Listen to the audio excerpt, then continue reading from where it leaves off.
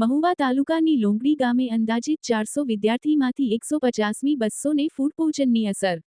લોંગડી પ્રાથમિક શાળા બાજુમાં આવેલ મહાવીર સમાજ દ્વારા કરવામાં આવ્યું હતું તિથિ ભોજન. સ્કૂલની બાજુમાં આવેલ મહાવીર સમાજના રામપીર મંદિરના લોકો કરાવે છે તિથિ ભોજન. મહુવા તાલુકાની લોંગડી પ્રાથમિક શાળાના વિદ્યાર્થી ફૂડ પોઈઝનની અસર થતાં મહુવા સરકારી હોસ્પિટલમાં ખસેડાયા. હાલ મહુવા 70 બાળકો મહુવા સરકારી હોસ્પિટલમાં તેમજ આજુબાજુના પ્રાઇવેટ દવાખાનામાં સારવાર હેઠળ. અજય બુધેલિયા, ન્યૂઝ 14 ભાવનગર. હું doctor Nilesh Kalsariya as a medical officer general hospital Mahuva. અત્યારે આજરોજ આ લોંગડી પ્રાથમિક શાળામાંથી અંદાજિત 50 થી 52 જેવા બાળકો આવેલા છે અહીંયા ઉલટી માટે, અને એમાંથી 7 દર્દીઓને અમે દાખલ કરેલા છે. જે 7 દાખલ કરેલા છે તે પણ તબિયત સારી છે. બાકી બધા લોકોને અમને ઓબ્ઝર્વેશનમાં રાખી સારું હોય તો કલાક પછી રજા આપીશું. ટોટલ કેટલા વિદ્યાર્થીઓ 52 જેવા આવેલા છે અત્યાર સુધી. ના, વધારે પડતી કોઈ તકલીફ નહીં, સારું છે, સ્ટેબલ છે બધા બાળકો. મારું નામ ચૌહાણ માવજીભાઈ છે. હું શ્રી લોંગડી પ્રાથમિક શાળામાં આચાર્ય તરીકેની ફરજ નિભાવું છું.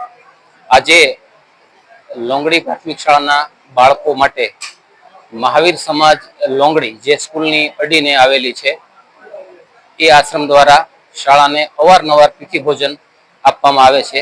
એ રીતે આજે પણ હનુમાન જયંતિ નિમિત્તે બાળકોને પાઉંભાજી, પુલાવ અને છાશ અને સંભારો એની સાથે છે એ 600 જેટલા વ્યક્તિઓનું એ જમણવાર હતું.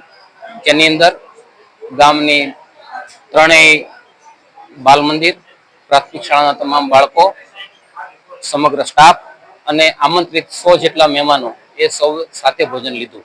ભોજન લીધા બાદ સવારની શાળા હોવાથી 12:30 વાગે શાળા એ પૂરી થઈ. ત્યાર પછી 3:30 આજુબાજુ ખ્યાલ આવ્યો કે બાળકોને છે એ આવી અસર થઈ છે અને વોમિટિંગનો પ્રશ્ન એ બાળકોમાં સાંભળવા મળ્યો. એટલે ગામના આગેવાનોને જાણ કરતા ગામના સરપંચ શ્રી મથુરભાઈ ચૌહાણ દ્વારા તાત્કાલિક પીએચસીમાંથી એક મેડિકલ ટીમને ગામની અંદર બોલાવવામાં આવી અને જે બાળકોને સામાન્ય તકલીફ હતી એમને ત્યાં જ સારવાર આપી અને એમને છે એ સારવાર આપી અને એને મુક્ત કર્યા. જેની અંદર 100 જેટલા બાળકો છે એમાં એ સારવાર આપી.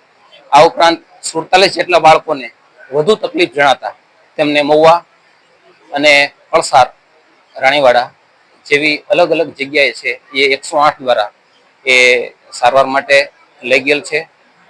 તમામ બાળકો છે એ ભયથી મુક્ત છે, કોઈને કોઈ જાતની તકલીફ એ નથી. અમે હાલ મહુવા સરકારી હોસ્પિટલની અંદર સ્થળ પર સરપંચશ્રી અને ગામ લોકોની સમગ્ર ટીમ સાથે એ હાજર છીએ અને તમામ બાળકોના છે એ ખબર અંતરે અહીંયા પૂછ્યા છે અને તમામના સહયોગથી તમામ બાળકોને છે એ ખૂબ સારું છે. ટોટલ શાળાની અંદર 415 બાળકો છે એ અભ્યાસ કરી રહ્યા છે. દવાખાને 47 જેટલા બાળકોને દવાખાને લઈ ગયેલા છે અને 100 થી વધારે બાળકોને છે એ ગામની અંદર જ તે પ્રાથમિક સારવાર આપી અને એને એ મુક્ત કરવામાં આવ્યા છે. ભાઈ વેલાભાઈ સરવૈયા, ગામ લોંગડી, મહુવા તાલુકો અને ભાવનગર જિલ્લો. બરાબર. તો આપણે બાળ મંદિર થી માંડીને તે 8મા ધોરણ સુધીના બધા છોકરા વામીન કરે. વામીન કરી કરીને બધાની નાળ્યું તૂટી ગયું. તો અહીંયા લોંગડી ગામની સ્પર્ધા બધી આવેલી છે. 7 ગાડી આવી, 108 ની 7 ગાડી. પછી હવના મેળ પડતા હવ બધા ગયા નોખા નોખા. કોઈ કરસાળ ગયા, કોઈ રાણીવાડા ગયા, કોઈ જાગધારે ગયા. હંધાઈને જ્યાં મેળ પડતો હોય ત્યાં હવ જાય. પણ અમુક હાવ બચારા ખાલી હોય, સરકારીમાં આવે. શું કરે? મજૂરી કરતા હોય, ઘેરે તેલ મરચું ખાવા ન હોય એ સરકારીમાં આવે.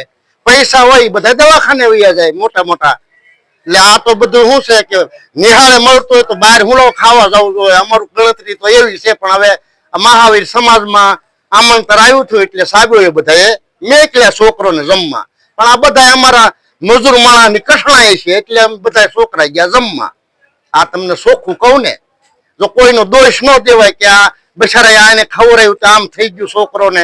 પણ આ બધાની કઠણાઈ હોય મજૂર માણાની. મારે 3 છોકરા છે. કોલમાલી છોકરા એમ માનો ને કે 800 છોકરા જેવું છે અમારે બધા, નાના મોટી બધા. બાળ મંદિર ના અલગ. દવાખાને અહીંયા લોંગડીની પ્રજા બધી એમ 800 છોકરા છે ને બધા એમ કઈ સ્કૂલનું નામ શું છે? સરકારી સ્કૂલ છે. એમાં હું અભણ માણસ સાહેબ, મને કઈ બહુ આમાં ખબર ન પડે, હું બોલી નાખું, મને શરમ ન લાગે. કદાચ કરોડો માણસો બેઠા હોય તો બોલવાની, અને ગમે એનું હોય તો એનું કહી દઉં કે આ ફલાણું આમ. છોકરાને કઈ જગ્યાએ જમાડે? હે છોકરાને કઈ જગ્યાએ જમાડે? અત્યારે મહાવીર સમાજમાં રામાપીર નું મંદિર છે ને ત્યાં જમાડ્યા. ગામની અંદર જ? ગામની અંદર જ, ગામને પાદર નિહાળ પાસે છે, આઘું નથી, સમજ્યા?